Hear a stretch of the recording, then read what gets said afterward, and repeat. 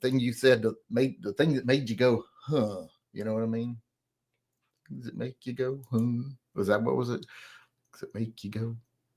What was that song? Things that make you go, huh? Is it huh? What was it?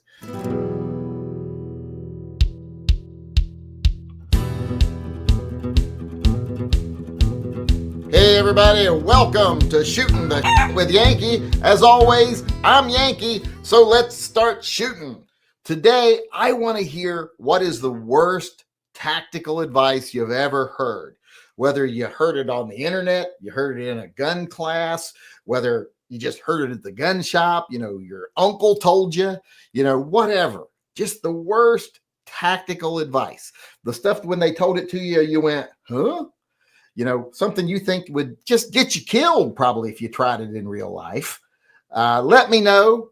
I will start us off, as always, by saying I think there's so much bad tactical advice. But if I have to narrow it down to a specific thing, it's hard, because I think the main thing that bothers me the most is when instructors and people who want to give you advice want to act like you're a warrior, you're a soldier, and you got to react like a soldier to every event. Because if you do that, you're going to probably find yourself in jail. If they did half the stuff they try to teach people to do, they'd be in jail. But I think when it really gets bad is when they start giving you advice on here's what you do in a robbery, or here's what you do in this. And it's stuff that would more likely get you killed than anything else. One of the worst I ever saw, it was on a video. Not just a video on YouTube, but a video like in one of the classes where you're taking a CCW class. And it was about what to do in a carjacking. And it was talking about how when you go to release your seatbelt, you say, I have to release my seatbelt. And you use that to grab your gun and fire. And I'm like, someone's got a gun pointed at your face. They're standing up above, and you're going to go for a gun? Well, at very best, if that person is willing to hurt you or willing to kill you, especially to defend themselves, and they're not completely incompetent, you're going to be dead. If they're saying get out of the car, then they just want the car. So get out of the car. And then if you want to shoot, you shoot during that transition. When you get out and then they go to get in, then you shoot them. Of course, then you might go to jail, but still, that's when you would do it. Not when you're sitting down and they're up above you with a gun in your face. That was the most ridiculous thing I'd ever seen on a video. And I've seen it repeated many times on the internet. But I think that was probably one of the most dangerous things, that whole idea of when someone's got a gun in your face, you're going to get the drop on them. It just relies on them being completely incompetent and unwilling to hurt you. And most bad guys are neither of those things. So that's stupid. I just think it's the worst tactical advice you can give when you're turning a robbery into a homicide or a murder. So that's me. Let's see what everybody else thinks. Let's go over here and see what everyone's weighing in with. Practical Bacon said, heard so much bad advice, but probably between you have to, should fire a warning shot first, or that appendix is the fastest, best carry method. Both of those are bad. You should never have to fire a warning shot.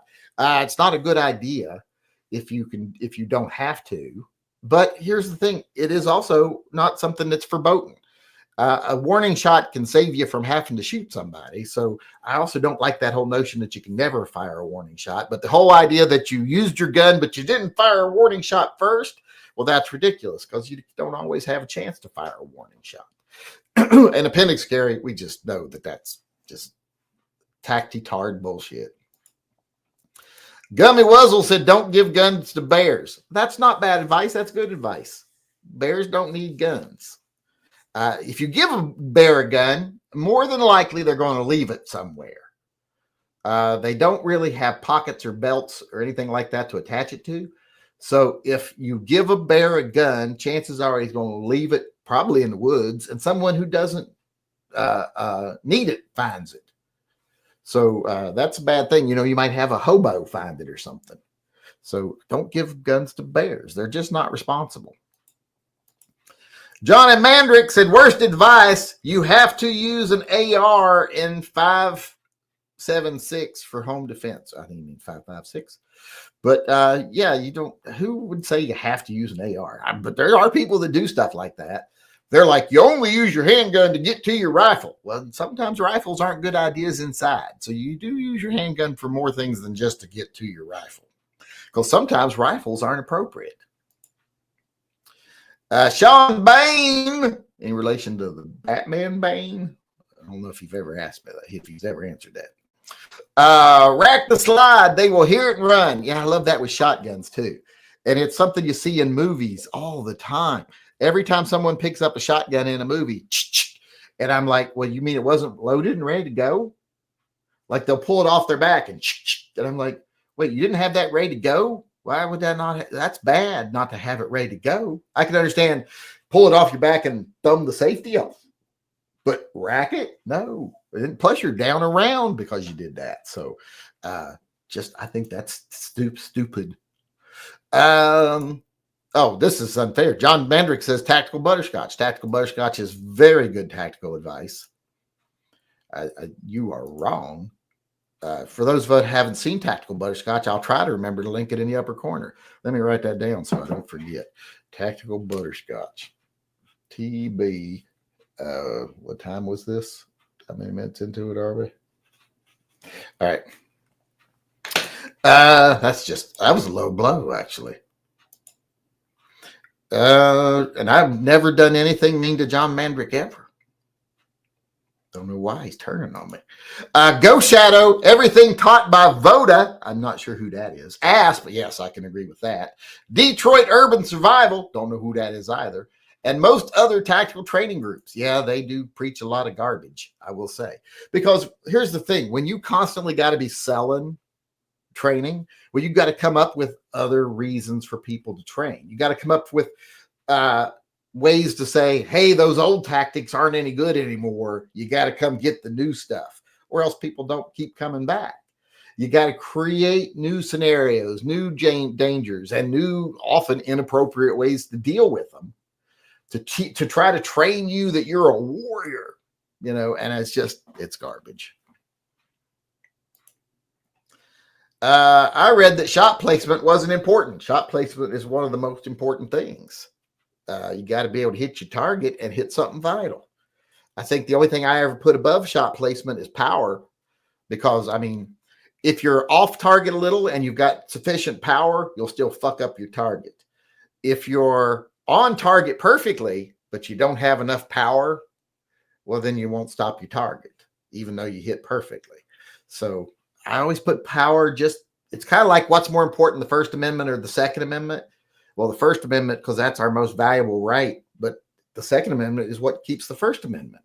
So which one's really more important? Some people will say, well, it's First Amendment or Second Amendment, because without it, you don't have the First. I'm the same thing with power. Without power, placement doesn't do any good. But without placement, power can still somehow do some good. Like if I had to choose between hitting someone dead center at 50 yards who's wearing, soft body armor with a 25 ACP, or hitting right here with a 44 Magnum, I'd rather hit him here with a 44 Magnum, just because it's going to do more damage than a 25 ACP right here dead center. Where was I?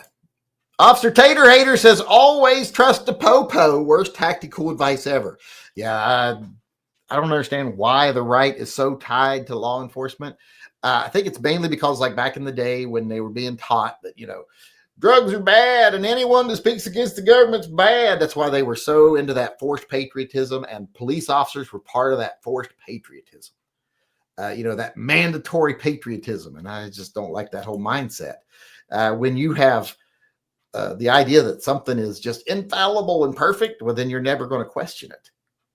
And you're never going to educate yourself as to the way things really are. George Powell, that a 2-inch 357 is no more powerful than a 9mm plus P. Yes, I've seen that 1,000 times. I've done tests on the internet, done demonstrations to show people that ain't the case, but people still believe it. You can even show them. You can show, okay, here's a 357 Magnum out of a 2-inch revolver. Here's the ballistics. Here's the chronograph. You just watched it be. And then here's a 9mm out of a 4-inch Glock. Not even close, but they won't listen. All right. Mikey D says double barrel, fire 2 shots in the air. Well, why would you fire 2 shots with a double barrel? Then you're out of shots. It seems to me like you'd only fire 1 in the air and then 1 in their face. But I wouldn't even shoot the 1 in the air. You only got 2 shots. Quit being so generous with your shots.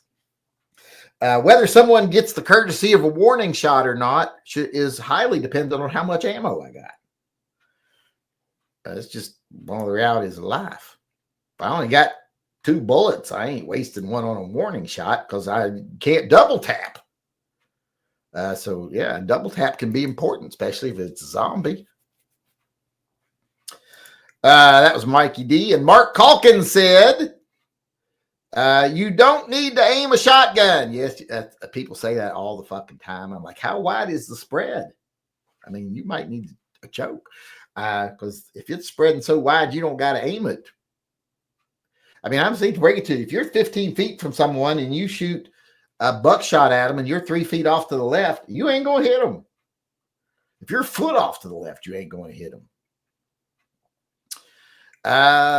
People seem to think that, I mean, bird shot spray might get a little more spread, but, you know, oftentimes you're only shooting 3-4 projectiles. Or a slug. Good God. You don't think they got to aim a slug? Well, maybe it won't be as accurate since it's, you know, smooth bore and stuff, but still you're going to have to aim. That's why I'd kind of like to have a rifled slug gun. That's what I would like to have. Uncle Ed, it's too dangerous to carry 1 in the chamber. Yes, people say that all the time. Now, I will say that if the only way you'll carry a gun is not carry 1 in the chamber, well, then carry a gun with no round in the chamber.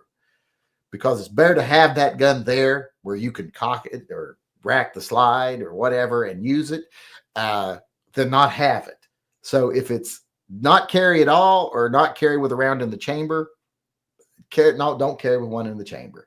But that whole notion that guns aren't safe with 1 in the chamber, as long as you know how to use it and you're confident, you're not going to have a problem. Now, I will not argue with people who choose to not carry 1 in the chamber because considering that there are more people who you're more likely to harm yourself, especially with things like striker fired guns, than you are to have to defend your life. Well, then I can see the math working out in their favor, but yeah, it's not unsafe. It's like people who say, never carry a 1911 cocked and locked. Well, that's kind of the way they were designed to be carried. Tattooed fucker used his 13-month WAP chat to say press checks. Yeah, some people just love the press checks. A lot of guns now have the little sight thing where you can just see that there's a round in there. So I don't know why you would need to press check nowadays, but some people love the fucking press checks.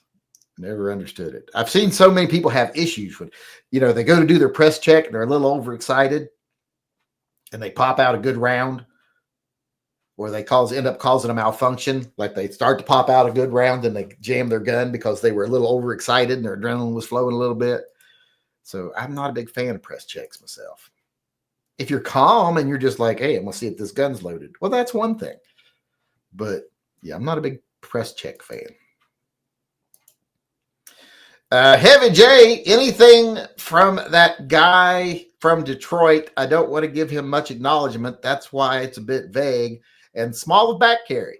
I don't know the guy from Detroit. I'm assuming it's that Detroit urban carry someone mentioned earlier. But I don't know who that is.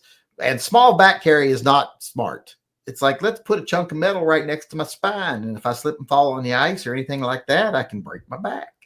A guy that used to be my next door neighbor, he was a disabled police officer, and that's how he hurt his back. He slipped on the ice and fell on his backup gun. He's one of the reasons they instigated a no small back carry in, I think it was Battleground. We got one more here coming in. Let me grab this one real quick and we will be done. It's Johnny Mandrick again. I guess he hadn't had enough of abusing me today, so maybe he's going to take another shot at me. Worst, shotguns suck for home defense.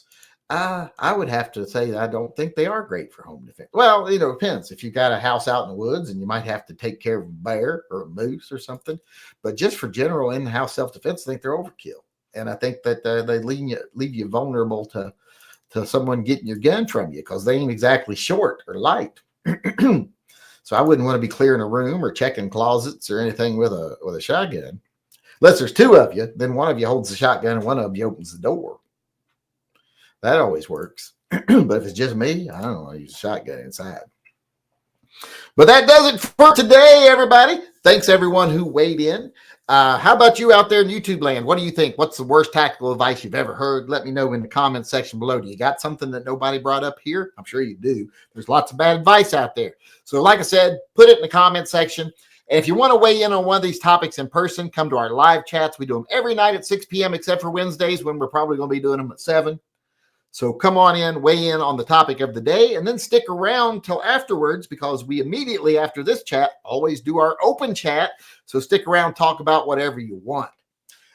With that being said, I hope to see everybody again tomorrow. Until then, remember, always carry and stay safe until I see you again.